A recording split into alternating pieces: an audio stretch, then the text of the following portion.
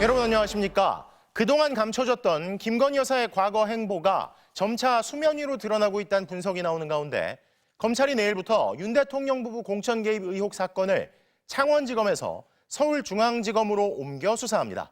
그럼 서울중앙지검 연결해 보겠습니다. 자, 김상훈 기자. 오늘 중앙지검 수사 준비로 분주했겠군요. 네, 그렇습니다. 내일부터 이곳 서울중앙지검에서 이른바 명태균 게이트 수사가 재개됩니다. 사무실을 어디에 구성할지 등을 두고 오늘 하루 종일 분주한 모습이었습니다. 수사 검사는 모두 12명으로 7명은 서울에서 5명은 창원에서 수사와 공소 유지를 이어갈 계획입니다. 수사팀은 서울중앙지검 공공수사 2부에 소속은 되지만 명태균 씨 의혹 사건만 수사하는 전담팀 체제로 운영이 될 예정입니다. 검찰이 과거와 달리 이번에는 김건희 여사를 직접 불러서 조사할 수 있을지가 궁금한데 어떤 수사가 주로 이루어집니까?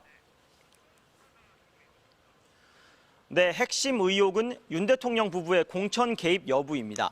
윤 대통령이 명 씨로부터 대선 당시 여론조사를 무상으로 제공받는 대가로 김영선 전 의원 공천에 개입했는지 밝혀야 하는 겁니다. 지난 2022년 5월 9일 김영선 해주라는 윤 대통령 발언이 있었고 다음 날 김 전 의원의 공천이 확정이 됐었죠. 검찰은 윤 대통령이 명태균 씨와 통화해서 윤상현 의원에게 한 번 더 얘기하겠다. 공관위원장이니까 라고 말한 사실을 파악을 했고 이후 이뤄진 김 여사와 명 씨 사이의 통화 내역도 확보한 상황입니다.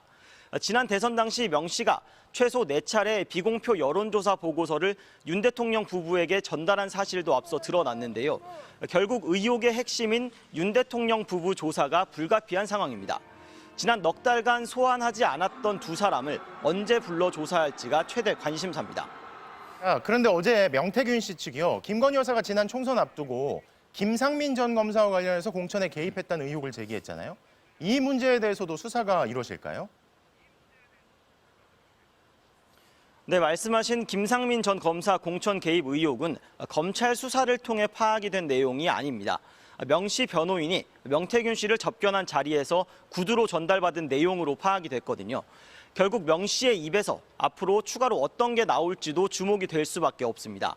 수사팀이 서울로 옮기면서 수사가 새 국면에 들어선 건 맞지만 윤 대통령 부부 조사 등 넘어야 할 산이 많아 검찰이 실제 어느 정도 의지를 가지고 수사에 나설지는 지켜봐야 할 것 같습니다. 지금까지 서울중앙지검에서 전해드렸습니다.